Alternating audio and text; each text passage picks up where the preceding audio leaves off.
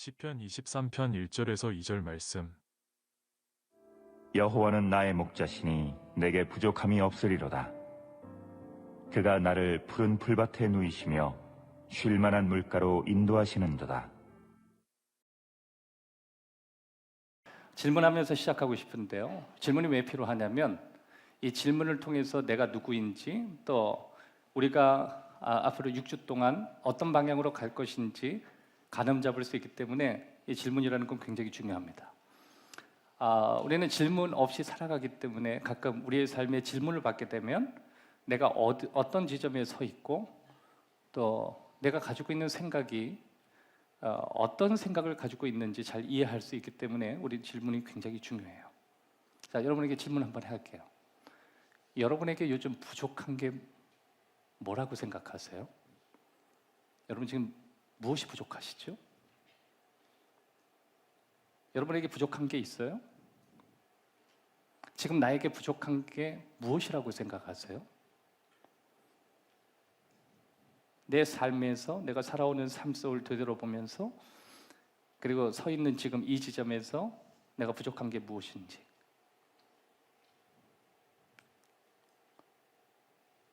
긴장할 필요 없어요. 손 들라고는 안 할 겁니다.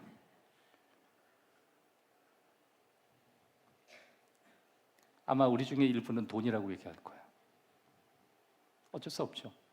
그게 현실이니까. 근데 꼭 돈만은 아닐 것 같아요. 근데 사실 우리의 삶에 지금 가장 부족한 게 뭘까? 뭐 여러 가지 생각이 떠오르겠지만 지금 매일같이 사는 삶 속에 언제나 우리는 돈의 허덕이기 때문에 사실 돈이 우리의 삶의 부족의 상당 부분을 차지할 거라고 생각해요. 항상 우리의 삶에 이렇게 청구되어지는 것들 있잖아요.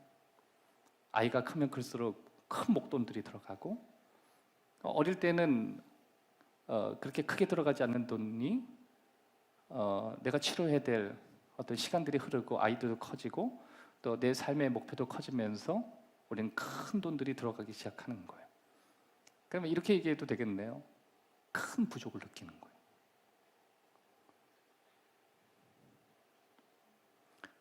또 이제 삶이 어느 정도 정리가 되기 시작하고 이제 리타이어를 하게 되면, 삶의 은퇴 지점이 되게 되면 이제 내 은퇴 이후에 삶을 어떻게 보낼 것인가.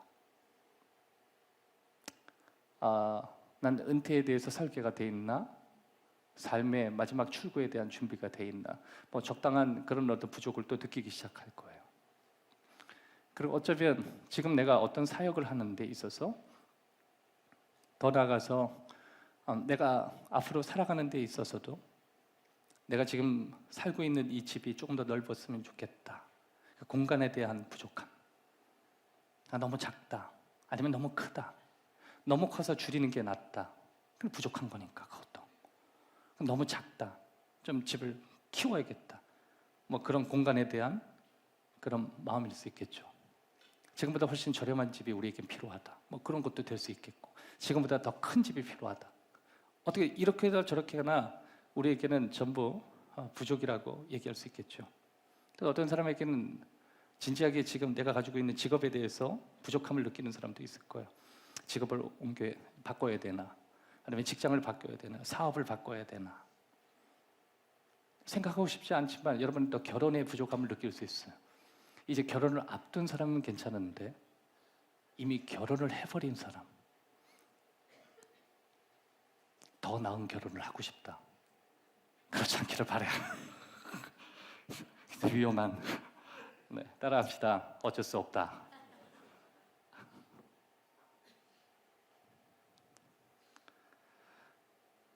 신체적인 부족을 느낄 수 있고, 감정적인 어떤 부족을 느낄 수 있고, 또 내 마음의 건강이나 또 내가 살아가는 삶의 온전한 모습 속에 뭔가 내가 지금보다 훨씬 나은 모습으로 쓰기를 원하는데 그렇지 못한 내 모습을 보면서 우리는 부족을 경험할 수가 있습니다.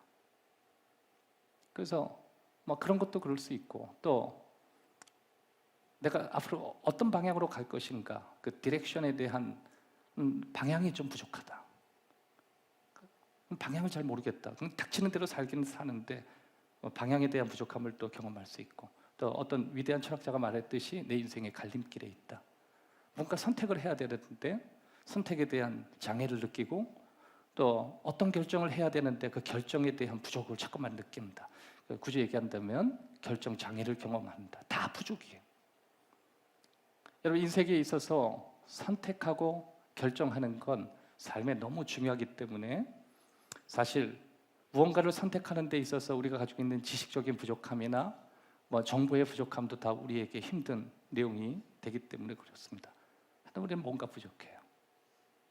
그래서 사람들은 도대체 무엇이 부족한지 잘 몰라서 카운셀하는 사람을 찾아가서 도대체 내가 왜 이렇게 공허한지 잘 모르겠다고, 뭘부터 내 삶을 정리해야 되는지 잘 모르겠다고 목사님을 찾아가기도 하고, 기도도 해보고, 기도원도 가보고, 책도 보고, 온갖 걸 다 해보는데도 여전히 마음이 공허할 때, 그럴 때 있죠. 그게 부족이에요. 중년이 되면 될수록 과속이 느껴지기 시작해요. 나이가 들면 들수록 부족함이 심해지고 그 공간 안에 우울함이 더해지는 것, 이게 부족이 주는 어두운 면 가운데 하나입니다. 부족할 때 우리는 두 가지를 하게 되는데, 내가 부족함을 인식하는 거예요. 사실 그것부터 시작하는 거거든요. 난 지금 부족하다. 따라합시다. 나는 부족하다. 여러분, 여러분이 혹시 부족하다는 생각을 한 번도 해보지 않으신 분은, 혹시 결혼을 하셨으면 여러분 배우자에게 한번 물어보세요. 여러분, 도대체 내가 뭐가 부족하지? 묻지는 마세요.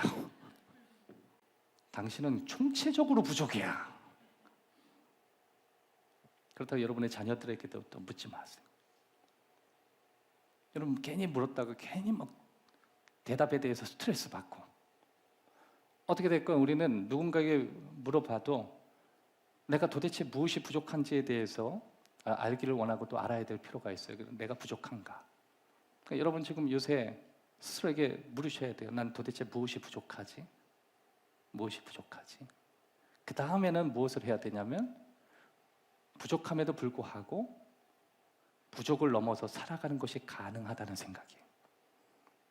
내가 지금까지 부족한데 못 산 건 아니었잖아. 그래서 오늘 여러분과 함께 나누게 될 바로 주제가 두 번째 인식이에요. 부족한 걸 알고 거기에 멈추지 않고 그걸 넘어서도 사는 게 가능하다. 그런 사람을 발견하기 원하는데, 그것이 시편 23편의 저자예요. 그게 다윗입니다. 부족함을 넘어섰어요. 따라합시다. 부족하지만 부족함을 넘어 살 수 있다. 1절에 이렇게 고백합니다. 여호와는 나의 목자시니 내게 부족함이 없으리로다. 다윗 왕의 고백이에요. 부족함이 없다. 그러면 여러분, 다윗 왕이 말했던 나는 부족함이 없다라는 게 이게 도대체 무슨 말이에요? 그거는요, 부족함 이상의 삶을 배웠다는 거예요. 부족하지만 부족함을 넘어서 사는 법을 배웠다. 그래서 앞으로 6주 동안 여러분과 함께 시편 23편 주제로 다윗이 어떻게 이런 고백을 하고 어떻게 부족을 넘어서 살아갔던 삶이 가능하고 이 고백이 가능했는지 하나씩 스텝을 밟아갈 거예요. 6번의 주제가 계속 다르게 다가갈 때, 오늘 첫 번째는 기초 세우기예요. 23편을 통해서 어떻게 부족을 넘어설 수 있는지에 대해서 오늘 기초를 세우고, 마지막 6번째, 죽음에 이르기까지 어떻게 가게 될 것인지, 6번째 주제가 여러분에게 힘이 되고 위로가 되고 내가 넘어서 살 수 있는 삶이 무엇인지 발견하게 되는 은혜가 있기를 주님의 이름으로 축복합니다. 내가 어디에 있든지 무엇을 하든지 충분하게 사는 법을 배웠다는 거예요. 내가 부족함이 없다는 것은 내 인생에서 무슨 일이 일어나든지 나는 그것을 넘어서는 법을 배웠다는 거예요. 내 삶에 유쾌한 일이 아니고 비록 가슴 아픈 일들이 벌어진다 할지라도 그것을 극복하는 삶을 배웠다. 그를 넘어서는 일을 배웠다. 그리고 여전히 건재하고 그리고 더 큰 비전으로 나갈 수 있는 법을 나는 배웠다. 그게 나는 부족함이 없으리로다, 그 뜻이에요. 우리가 생각할 때 돈이 넉넉하다 이런 개념을 훨씬 넘어선 거예요. 돈이 있어도 부족하게 느끼는 사람들이 많이 있지만 있으나 없으나 그건 상관없다. 나는 이미 만족하다. 이미 풍성하다. 이미 넘친다. 그런 고백입니다. 여러분 시편 23편은요. 정말 많은 사람들이 좋아해요. 여러분도 아마 시편 23편 외우라면 다 외우실 거예요. 여호와는 나의 목자신 내게 부족함이 없으라. 심지어 교회 다니지 않는 사람들도 좋아하는 게 시편 23편이에요. 너도 알고 나도 아는 거예요. 어떤 부분을 좋아하냐면 부족함이 없다. 이것도 좋고 또 어떤 부분을 좋아하냐면 장례식 때 23편을 목사님들이 많이 하실 때가 있고 특별히 이제 미국 사회에서는 23편 이걸 되게 좋아하거든요. 여러분 영화 이런 거 보세요. 영화에서 누가 전쟁에 나갔다가 누가 죽을 때 거기 있는 목사님이 장례를 집도할 때 시편 23편 영화에서 멋있게 나오는 장면들이 있거든요. 어떤 부분에서 음악이 쫙 깔리냐면 사망의 음침한 골짜기로 달릴지라도 주께서 우리와 함께 하실 것입니다. 얼마나 멋있어요. 근데 그것은 장례식에 쓸 말씀이 아니에요. 다윗은 장례식을 위해서 이 말씀을 준 게 아니라는 뜻이죠. 시편은 우리에게 위로를 주는 것이고 그리고 이것은 굉장히 독특하게 표현된 내용 가운데 하나예요. 굳이 얘기한다면 시편은 다윗의 삶에 관한 이야기예요. 우리와 같이 다윗도 삶을 충분하게 살기를 원하고 지금보다 훨씬 더 온전한 삶으로 가고 싶은 열망에서 그가 매일의 삶 속에 두었던 그 고백을 이 시편 안에서 발견할 수 있는 것입니다. 내 인생의 부족을 넘어서 난 어떻게 살 것인가? 이게 다윗의 주제였어요. 늘 부족하니까. 따라합시다. 항상 부족하다. 늘 부족한데 이걸 어떻게 넘어 살 수 있겠는가요? 1절을 보시면 부족함이 없다 그랬잖아요.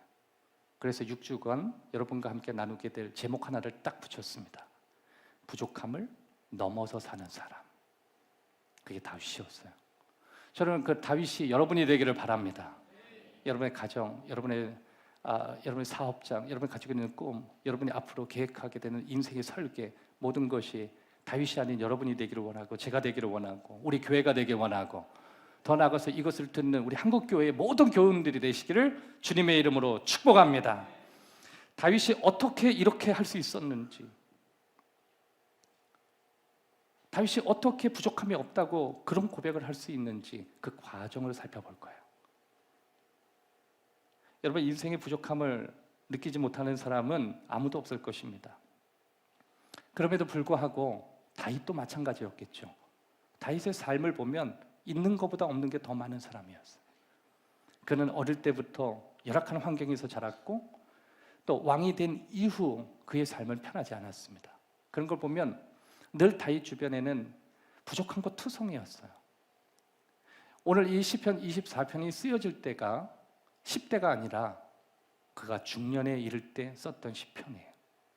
그러면 하나님을 향하여 진지한 고백을 할 때가 10대라고 한다면 벌써 그가 몇십 년이 지나고 그의 삶에는 있는 것보다 없는 게 훨씬 많을 그때 어떻게 이런 고백을 했겠느냐. 여러분 저와 여러분이 과거에 가졌던 마음으로부터 믿음이 점점 식는 이유가 뭐예요? 처음에는 오히려 가진 게 적어 보였고 훨씬 하나님이 주실 게 많다고 생각했는데 시간이 흐르면 흐를수록 하나님이 주실 게 별로 없다라고 생각하면서 실망하기 시작하는 거거든요. 그러면 점점 나이가 들수록 우리의 마음이 식어지는 거예요. 근데 다윗은 오히려 반대였어요. 아무것도 없는 시절에 그리고 계속해서 뭔가 부족이 더 커지는 그 시점에 저와 여러분이 느끼는 바로 그 중년의 그 타임에 그는 부족함이 없다고 선언을 해버리는 거예요. 바로 어떻게 이럴 수 있겠느냐. 어떻게 중년이 넘었는데 부족이 없다고 말할 수 있겠는가. 여러분 요새 젊은 애들 보십시오. 우리 젊은 친구들 보면 부족이 없는 세대예요. 비누 한 장을 사도요 도대체 비누 종류가 너무 많아서 도대체 어떤 비누를 써야 될지 모르겠어요. 여러분의 집에 샴푸를 보면서 샴푸의 종류가 옛날에는요 샴푸도 비슷했습니다.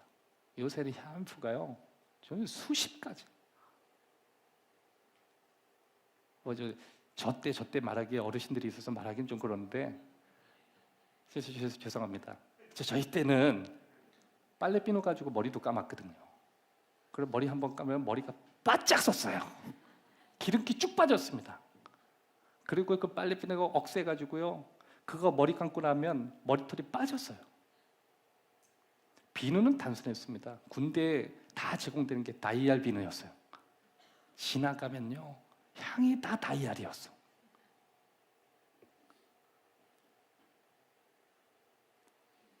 군대는 뭐 말할 것도 없어. 군대에 가보면 여러분, 치약은 동일했습니다. 세정제는 전부 치약이었어요. 요새는요, 도대체 얼마나 풍성한지 막 넘쳐요. 그런데 왜 부족하다고 많은 젊은이들이 힘들어하죠? 여러분, 그런 거 보면 저와 여러분이 과거에 비하면 지금 굉장히 풍성한데 왜 자꾸만 부족을 느끼냐 말이에요. 그거는 정말 부족하지 않기 때문이 아니라 과학이 발달할수록, 시간이 흐를수록, 나의 삶에 시간이 흐르면 흐를수록 그만큼 부족이 더 늘어나는 거예요. 이걸 정리하지 않고는 우린 시간이 해결하지 않아요. 다윗은 어릴 적에도 부족함을 넘어섰고, 이제 모든 걸 갖추었지만 더 필요한 것이 많아지는 중년에도 부족함이 없다고 했고, 그가 마지막 이 세상을 떠날 때에도 자신은 부족이 없다고 이야기했어요. 바로 어떻게 그럴 수 있겠냐, 그걸 배워야 돼요. 하나님이 그래서 다윗을 우리에게 보여주시는 거예요. 그래서 여러분들이 그 면을 집중해야 되고, 나도 뭔가 이전보다 훨씬 좋은 삶을 살고 있는데, 과거보다 훨씬 좋아졌는데, 집도 사이즈도 커지고 차도 바꿨고 주변에 있는 좋은 사람들도 훨씬 늘어났는데 왜 난 자꾸 허기를 느끼는 것인가? 그래서 다윗의 삶을 엿봐야 되는 거예요.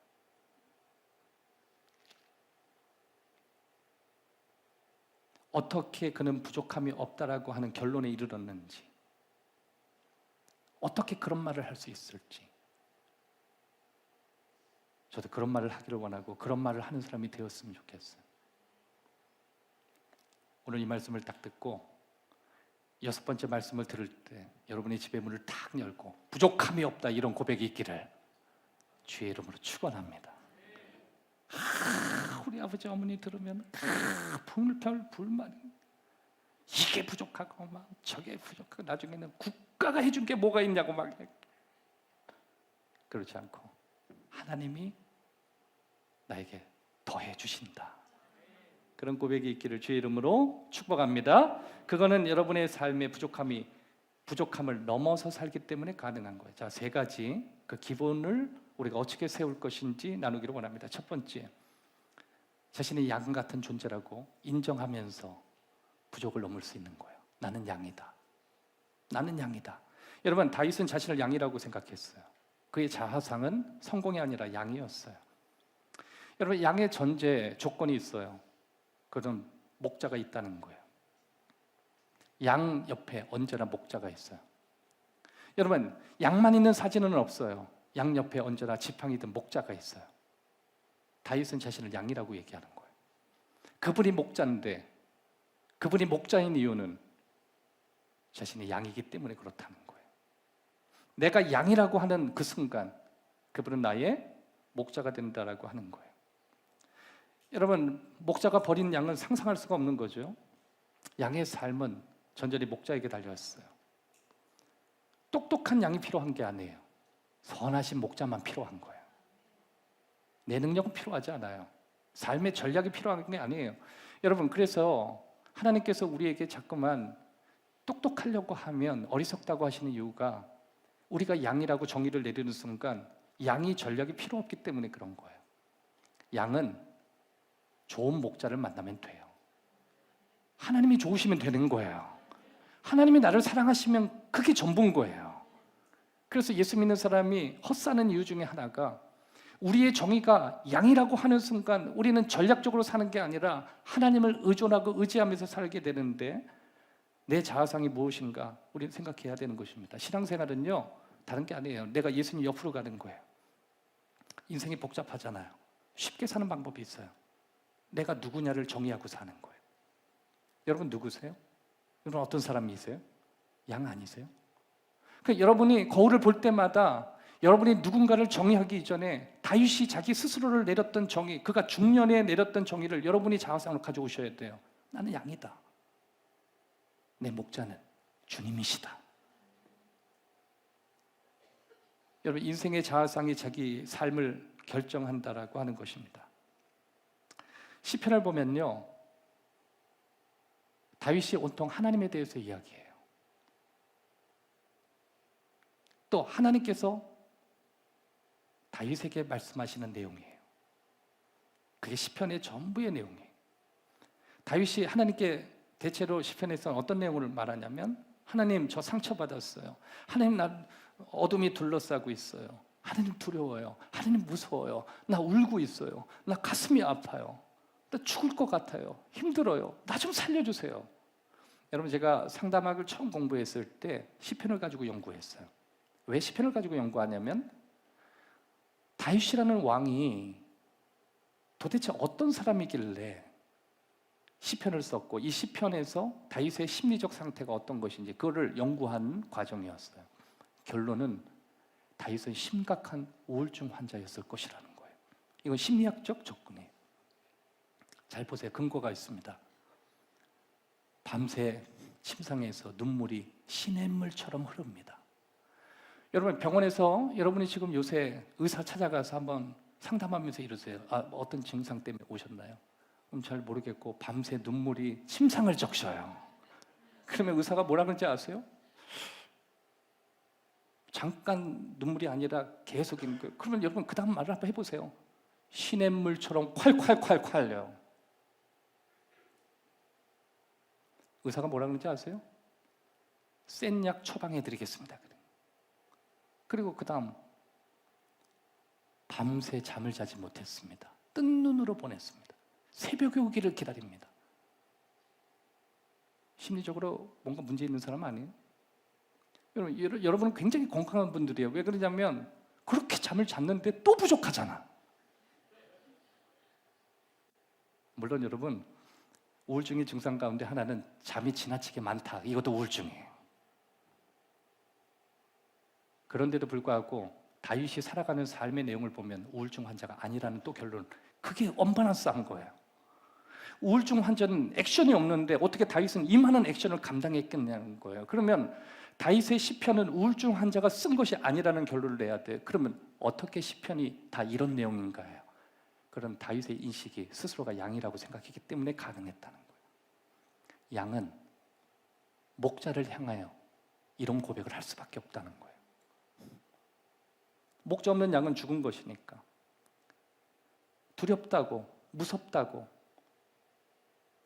목자가 잠시 자기 자신을 바라보는 데서 한눈을 팔 때 눈물이 흐른다고. 여러분, 혹시 신앙생활을 하면서 여러분의 삶에 지나치게 자신감이 있을 때 그 자신감은 하나님 때문에 온 자신감이에요? 아니면 여러분이 스스로가 노력해서 오시는 경제적인 자신감이에요? 아니면 여러분이 스스로가 가지고 오셨던 삶의 DNA에서 오는 자신감이에요? 다윗의 자신감은 하나님 때문에 오는 자신감이었어요. 그 다윗이 시편에서 그렇게 벌벌 떨지만 그가 왕이 되었던 것은 자신이 양이라고 스스로가 생각했던 거예요. 당시에 여러분, 목자는요 가장 낮은 범주의 일꾼이었어요. 그 뜻은 뭐냐면 임금도 가장 적고 제일 하기 싫어하고 또 가장 천한 사람들이 맡는 게 목자였습니다. 그러니까 다윗이 목자였죠. 어릴 적부터 왕이 되기 직전까지 그는 목자로 살았어요. 자신의 형제들이 있었지만 아버지가 양들을 치는 일을 막내였던 다윗에게 시켰던 일은 다윗이 착했기 때문에 아니에요. 가장 추한 일이었기 때문에 가장 낮은 사람이 할 수밖에 없었던 거예요. 그 다윗은 그렇게 목동을 자처하고 목자가 되었던 거예요. 다윗은 24시간 양과 같이 보냈어요. 자신이 혼자 있는 시간보다 양과 같이 있는 시간이 훨씬 많았고, 양과 늘 같이 있었고, 양을 돌봤고, 그러면서 양을 잘 알았고, 양의 특성을 알았고, 맨날 양만 지켜봤으니까 양의 냄새만 맡아도 그 양이 어떤 상태인지 금방 알 정도로 그는 자연스럽게 목자가 됐던 거예요. 그는 이런 생각을 했어요. 하나님이 나의 목자라면 나보다 나를 훨씬 더 잘 아실 것이다. 그래서 그는 머릿속에 자신이 양이 되기로 한 거예요. 양이 가장 안전하니까. 그리고 이런 양을 향해서 하나님이 기꺼이 냄새나는 내 자신 옆에 24시간 있으실 수밖에 없으니까. 여러분, 여러분이 하나님의 양이 된다는 거 부담스러우십니까? 굳이 얘기한다면 내가 크리스천이라고 하는 게 부끄럽고, 내가 크리스천이라고 하는 것이 나약해 보이고, 내가 하나님 앞에 기도한다는 것 자체가 뭔가 내 의지대로 사는 것이 아니라 나약하게 신을 의지하는 것처럼 보인다면 여러분 잘못 알고 있는 거예요. 왕은 강한 사람이었습니다. 다윗은 강한 사람이었음에도 불구하고 그가 양이 되기로 한 것은 하나님이 자기가 양이 돼야만 자신의 추한 것까지도 다 아시고 내 곁에 계시기 때문에 그런 자신의 자아상을 양으로 가졌던 것입니다. 그게 뭐냐면 자기 인식이에요. 여러분, 우리는 내가 그리스도인이다, 내가 그리스도인이다 이 고백하는 이유가 뭔지 아세요? 주님이 나를 보호하신다, 주님이 나를 지켜주신다, 주님이 나와 함께 하신다, 하나님이 나를 보호하셔야만 한다. 여러분, 그 고백이에요. 그러면 다윗이 자신이 양이라고 하는 것을 통해서 자신의 것을 우리에게 뭔가 보여주고 표현하고 있는데 그 몇 가지를 표현하고 있어요. 첫 번째, 지속적인 관리가 필요한 존재라는 거예요. 자신이 양이기 때문에. 여러분, 양은요, 이 관리하는 데 있어서 굉장히 수준 높은 관리가 필요해요. 다른 짐승들보다, 다른 어떤 가축들보다 더 많은 관심과 세심한 디테일한 보살핌 필요한 게 양이에요. 그래서 양은요, 키우기 굉장히 쉽지 않아요. 굉장히 어려워요. 우리 주변에 양을 키우는 데가 별로 없잖아요. 양 목장이 별로 없잖아요. 왜 그러냐면 양은요, 굉장히 민감하기 때문에 그것을 돌보는 데 있어서도 거의 24시간을 돌봐야 돼요. 소는 그냥 대충 키워도 소는 소인데 양은 그렇지 않아요. 양은 양을 유지하는 데 있어서도 고비용이 들어요. 양은 굉장히 안정적인 상태가 돼야 되고요, 휴식을 잘 취해야 되기 위해선 자기가 환경을 만드는 게 아니라 모든 환경이 갖춰야 양이 돼요. 다른 짐승들은 적당히 자기 어떤 환경이 되면 다 견딜 수가 있어요. 적응력이 강해요. 근데 양은 그렇지 않아요. 양은 목자가 그 환경을 100% 만들어줘야 돼요. 환경이 불안정하면 병이 들려요. 그러니까 여러분, 양은요, 그냥 최고의 안전성을 담보받아요. 아니면 양을 키우지 말든지. 그러니까 우리 집에 양을 키운다라고 하면 목자가 고생하겠네, 그거거든요. 양은요, 긴장을 풀 수가 없어요. 그러니까 목자가 양이 편해질 수 있는 환경을 위해서 24시간 내에 계속 주목해야 돼요. 그러니까 알바를 써도요, 알바의 고비용 때문에 대체로 가족이 해야 돼요. 왜냐하면 사꾼들은 양을 잘 죽여요. 왜 그러냐면 24시간 주의 깊게 양을 돌보지 않으면 양은 그냥 죽어버리니까 작은 스트레스나 위협에서도 스트레스가 올라가면서 혈압도 올라가고 그냥 쓰러져 버리니까 사꾼들은 몇 마리 양 죽어도 어쩔 수 없다 이렇게 얘기해요. 그러나 목자는 그렇지 않은 거예요. 그래 24시간 양하고 붙어 있어야 되는 거예요. 그 양들의 목자들은 늘 냄새가 나요. 돼지 우리에 살 때 24시간 우리에서 잔 사람이 왜 돼지 냄새가 나지 않겠어요? 근데 돼지 우리에서 자는 사람이 없잖아요. 근데 양의 우리에서 목자들은 자요. 그래서 양의 목자들은 냄새가 나요.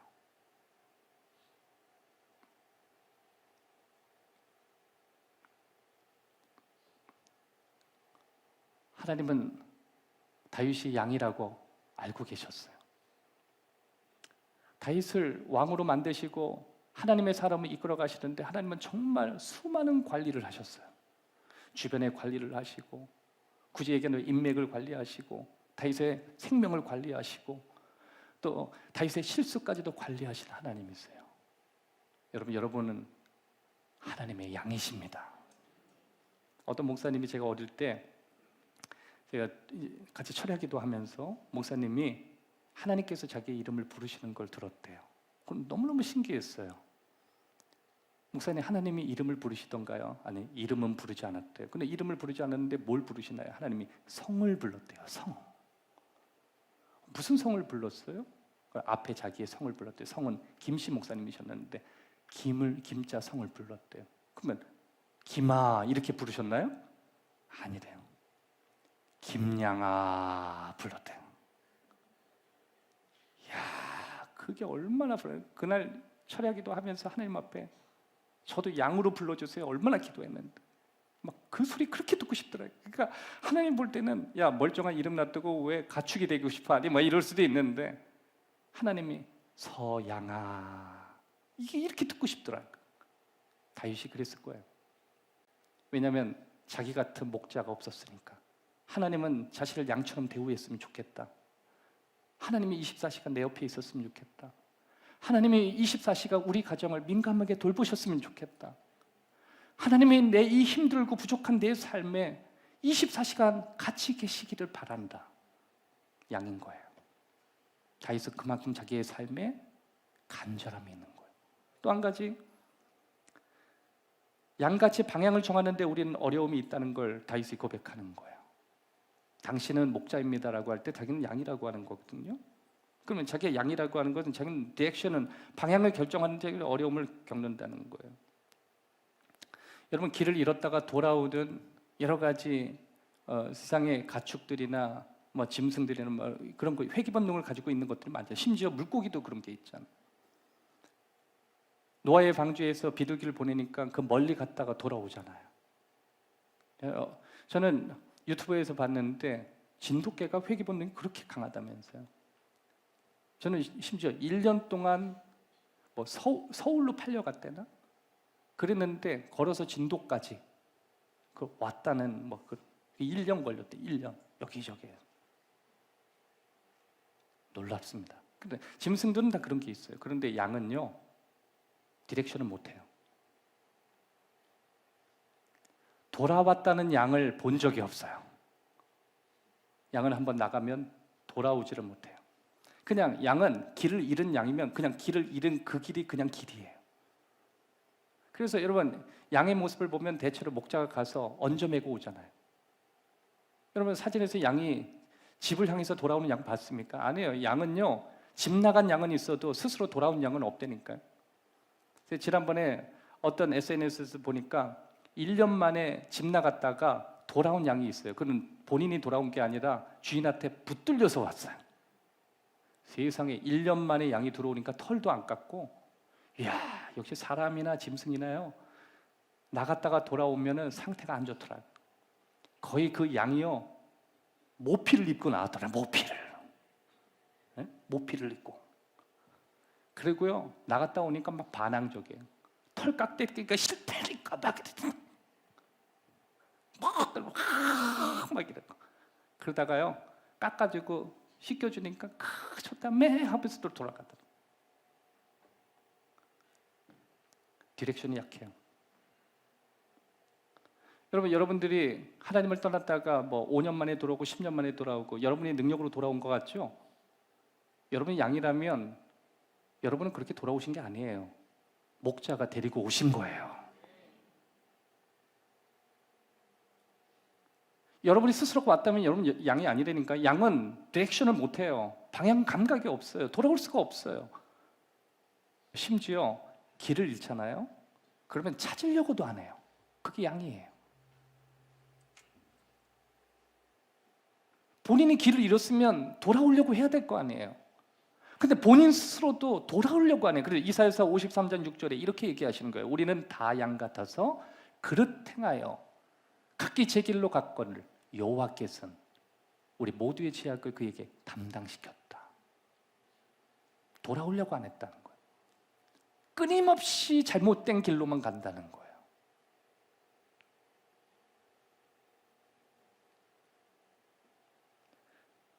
또 한 가지는요, 우리는 양 같아서 학습 능력이 늘 떨어진다는 거예요. 여러분, 학습 능력이 떨어진다는 것은 IQ가 낮은 동물이라고 말하는 게 아니에요. 양은요, 보통 짐승들은 자신이 먹는 거에 대해서는 그 음식이 먹어도 되는 건지 먹으면 안 되는지를 대충 분간을 해요. 근데 양은 못해요. 양은 풀잎을 먹고 살잖아요. 그러면 딱 먹어도 이게 독초면은 먹으면 안 되잖아요. 본능적으로 먹으면 안 되는 거예요. 그런데요, 양은 모르고 그냥 먹어요. 그리고 먹고 거품 물리고 쓰러져요. 그리고 죽어버려요. 그래서 참 놀라운 게요, 양은 먼저 목자가 풀 냄새를 맡아요. 그리고 심지어 양이 먹는 풀까지도 먹어요. 그리고 양을 먹여요. 양은 자기가 먹는 음식이 이게 좋은 건지 나쁜 건지 똥인지 된장인지 모르고도 그냥 막 퍼먹고 그냥 쓰러지고 거품 먹고 쓰러지는 거예요. 그러니까 다윗이 그런 거예요. 나는 선한 목자였다고. 난 내가 키우는 양에 대해서 그가 먹는 음식까지도 하나씩 분별하면서 저 어리석은 양들을 내가 돌보기 위해서 난 그렇게 살았다고. 나는 그런 양이 되고 싶다고. 여러분, 우리가 무엇이 옳고 무엇이 바른 것인지 우리가 어떻게 알아요? 어떤 길이 바른 길이고 어떤 길이 나쁜 게 어떻게 알아요? 우리는 아무것도 모르니까 하나님께서 우리의 선택을 먼저 하시고 앞서 인도하시고 우리를 이끌어 주시기를 기대하는 거예요. 그래서요, 다윗이 자신이 양이라고 하는 고백은 이건 엄청난 고백이에요. 여러분, 내가 크리스찬입니다. 이거는 여러분이 단순히 예수 믿습니다가 아니에요. 예수님이 나를 지켜주셔야 된다는 거예요. 예수님이 나를 보호해 주셔야 된다는 거예요. 예수님이 내 선택까지도 먼저 앞서 이끌어 주셔야 된다는 거예요. 또 한 가지, 양은 언제나 무리를 따라가요. 무리를 따라간다는 건 양은요, 무언가를 따라가는 본능이 굉장히 강해요. 이게 좋을 때는 좋은데 나쁠 때는요, 이게 큰일 납니다. 그래서 여러분, 양은요 언제나 단체적으로 무리적인데 굉장히 강하기 때문에 굳이 얘기한다면 양은 공동체 중심의 가축이에요. 그래서 양을 키울 때 양의 특징 중에 하나가 양이 가다가 한 마리가 누우면요 모든 양이 누워버려요. 양이 가다가 구덩이 하나에 어떤 구덩이가 생겨서 그 구덩이에 탈출 구덩이가 생기잖아요. 그러면 모든 양이 그 구덩이로 나가요.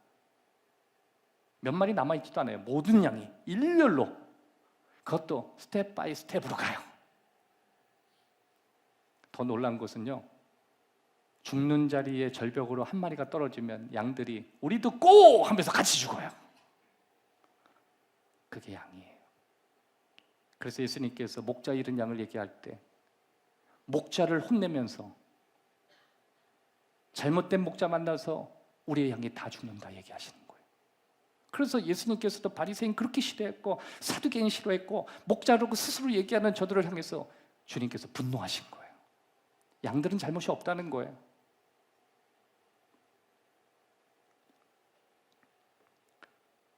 또 한 가지는요, 양은요 의존도가 높아요.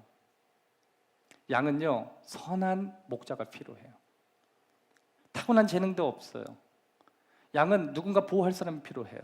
심지어 양은 뭔가 물을 좋아하지도 않고 그렇다고 수영을 할 수 있는 것도 아니고, 그럼 양은 그냥 누군가 와서 자신의 상처까지도 다 보고 상처 났네 그래서 거기다 기름을 부어줘야 돼요.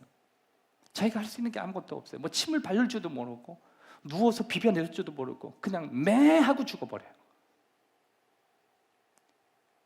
양이 가장 안전할 땐 목자를 의지할 때, 목자 옆에 있을 때. 그래서 시편 23편에 보면 원수의 목전에서 기름을 내 머리에 바르신다는 것은 목자가 다 알아서 보시고 하셔야 된다는 거예요. 여러분, 중동에 가면 양을 치는 사람을 베두인족이라 그래요. 이 베두인족들은요 그냥 저기에서 베두인족들이 있다 그러면 냄새가 날 정도예요. 썩은 내가 나요. 그러면 그 사람들이 씻지 않아서 냄새가 나냐? 아니에요. 그 사람도 씻습니다. 그런데 냄새 나는 이유가 있어요. 양을 치는 목동들은 24시간 양들과 같이 있어야 되기 때문에 그래요. 예수님이 우리에게 나는 선한 목자라고 하셨어요. 그게 무슨 의미인지 아시겠죠?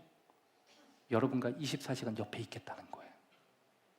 그것은 좋은 의미는 24시간 저 부담되는, 저 사람 부담되는데요, 목사님.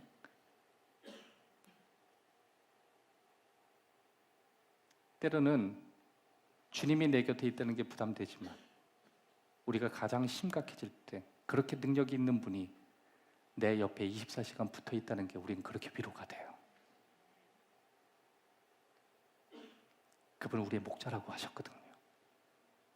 저는 그 부담감보다 오히려 나를 지키시고 안전케 하시는 그분의 의리를 저는 기대해요. 다윗은 하나님은 목자 같대요. 그리고 그 하나님은 나를 양처럼 대우해 주신대요. 그래서 자신은 부족함이 없대요. 지금의 내 현실이 나는 영향 없이 양이 돼요. 내가 왕이 돼도, 내가 중년이 되었어도, 내가 부족함이 없고 이미 어릴 때의 꿈을 다 잃어버린 중년이 되었는데도 불구하고 난 여전히 양이 돼요. 그게 다윗의 고백입니다. 요한복음 10장 14절, 나는 선한 목자라, 나는 내 양을 알고 양도 나를 안다. 하나님은 우리를 아셔요. 두 번째, 부족함을 넘어서는 사람은 하나님께서 선한 목자라는 사실을 알고 있어요. 시편 23편 3편 4절 다 같이 읽습니다. 시작. 내가 사망의 음침한 골짜기로 다닐지라도.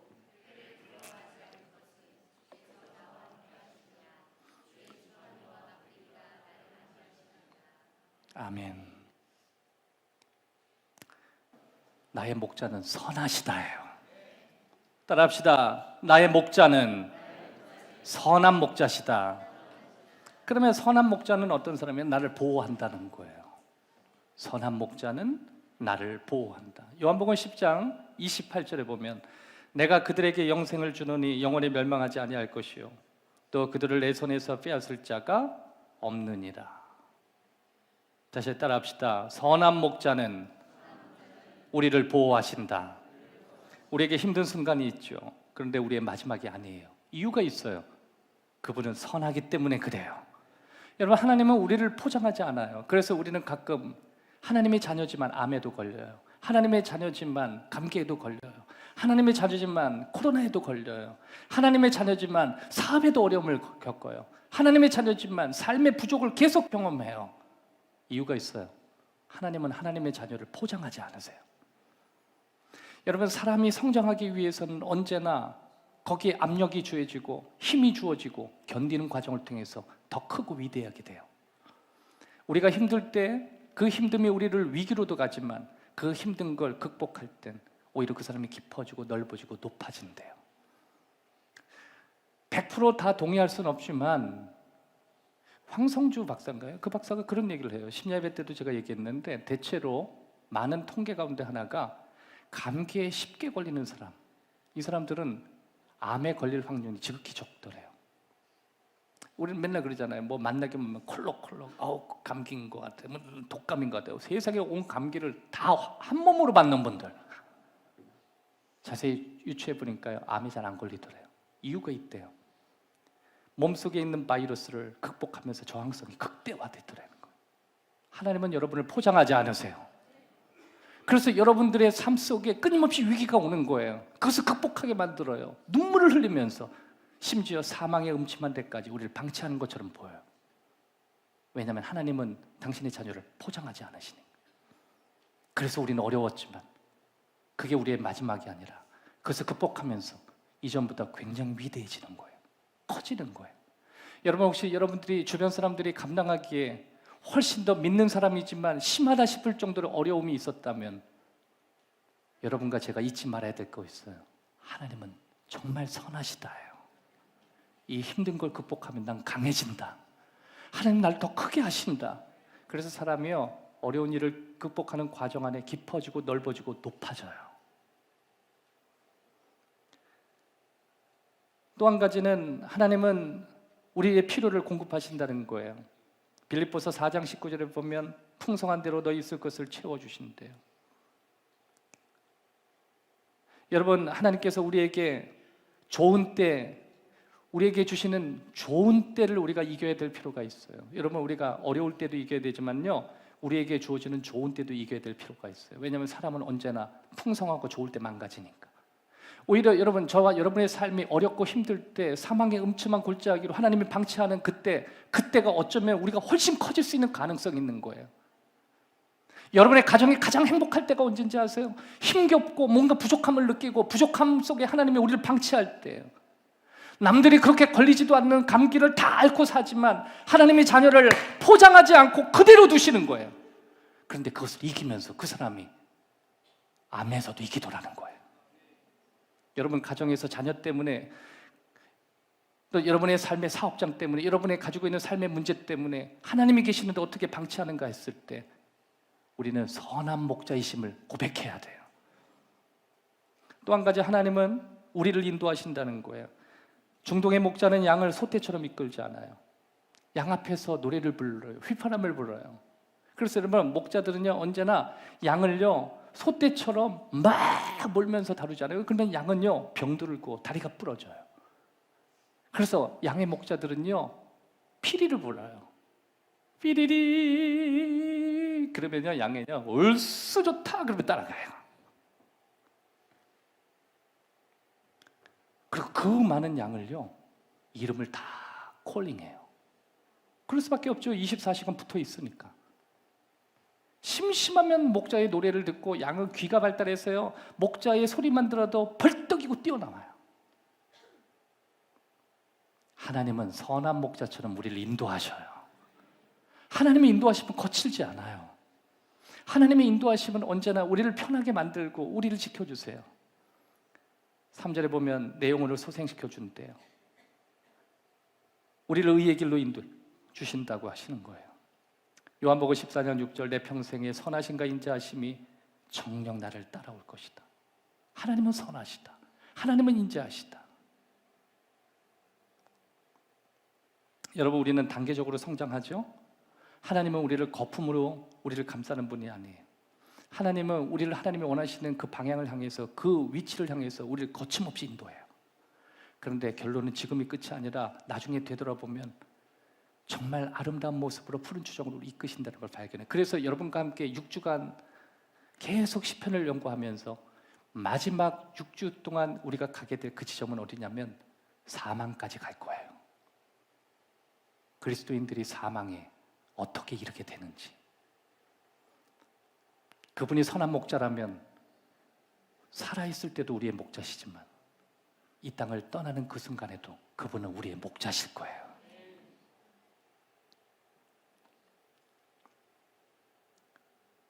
하나님은 선한 목자같이 우리를 찾으세요. 예수님은 99마리 양을 가지고 있다고 이야기하셨어요. 그 중에 한 마리 양이 99마리 양을 두고 한 마리 잃어버린 양을 향해서 찾아가는 목자를 보여주고 계셔요. 여러분, 그게 무슨 의미예요? 이미 99마리의 양을 다 세웠다는 거예요. 그리고 그 한 마리 양을 찾으러 가는 거예요. 여러분, 양은 절대로 목자를 찾지 않아요. 목자가 양을 찾는 거예요. 우리는 집으로 돌아갈 길을 몰라요. 어떻게 돌아갈 줄을 몰라요. 그분이 우리를 찾아오시는 거예요. 여러분, 혹시 여러분의 삶 속에서 길을 잃으셨거든 여러분이 찾으려고 해봐야 계속 길을 잃어요. 그분이 여러분을 찾아내도록 기다리십시오. 여러분의 삶을 여러분이 정리하고 여러분이 하나님을 향해서 찾아가는 게 아니에요. 하나님이 찾아오시는 거예요. 마지막, 부족을 넘어서는 사람은 그분은 나의 목자 되심을 신뢰하는 거예요.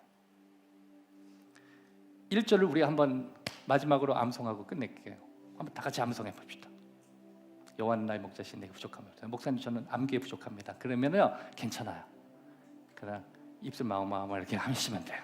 자, 준비 됐죠? 1절 오늘 그것만 암송하고 돌아가면 성공하시는 거예요. 시작. 여호와는 나의 목자시니 내게 부족함이 없으리로다. 다시요. 시작. 여호와는 나의 목자시니 내게 부족함. 여러분, 여기서 여호와는 나의 목자라고 했잖아요. 대명사를 쓰는데 거기에 개인적인 이야기를 해요. 개인적인 명사를 써요. 그분은 나의 개인적인 목자래요. 검단 행복한 교회에 이 수많은 양들이 있고 한국교회에 수많은 그리스도인이 있지만 하나님은 그 모든 그리스도인들의 하나님이기도 하지만 나의 주님이세요. 그분 내 주님이세요. 다윗도 당시의 선지자들도 하나님을 불렀고 그 수많은 양들 가운데 다 목자였지만 하나님은 내 목자래요. 여러분, 저는 검단 행복한 교회 목사지 한국교회 목사가 아닙니다. 우리 검단 행복한 교회 교우들을 위한 담임 목사지 저는 한국교회를 대변하는 목사도 아니에요. 그러고 싶을 생각도 없어요. 마치 제가 여러분의 목사인 것처럼 하나님도 여러분의 하나님이세요. 나의 하나님. 이거 붙드셔야 돼요. 그분은 나의 하나님이시다. 이거는 사적인 고백이에요. 프라이버트한 자신의 고백이에요. 하나님은 우리 가족의 하나님이세요. 하나님은 내 개인의 하나님이세요. 하나님은 옆 사람의 하나님도 아니고 저 앞에 있는 목사님의 하나님도 아니고 누군가 만났다고 간증하는 위대한 그 사람의 하나님도 아니고 하나님은 내 하나님이세요. 내가 가장 힘들고 가장 눈물을 흘리고 가장 초라하고 가장 아플 때 그때 부를 수 있는 내 주님이세요. 장례식에서 심한 병에 사람에게 굴욕을 당할 때 남들이 볼 때 가장 초라한 모습이 있을 때 그때 위대한 하나님이 아니에요. 내 주님이세요. 그리고 우리가 쓸쓸하게 인생에서 퇴장할 때 위대한 하나님을 부르는 게 아니에요. 내 주님이라고 말하고 가는 거예요. 내 주님이에요. 오늘 여러분 돌아갈 때 한 가지만 붙들고 돌아가시면 돼요. 첫 번째 스텝 뭐라고요? 내 주님. 내 주님. 나의 주님. 나를 아시는 주님. 24시간 내 옆에서 계셨던 주님. 나의 문제를 아시는 주님. 그 주님께 나의 삶을 의탁합니다. 살아계신 아버지,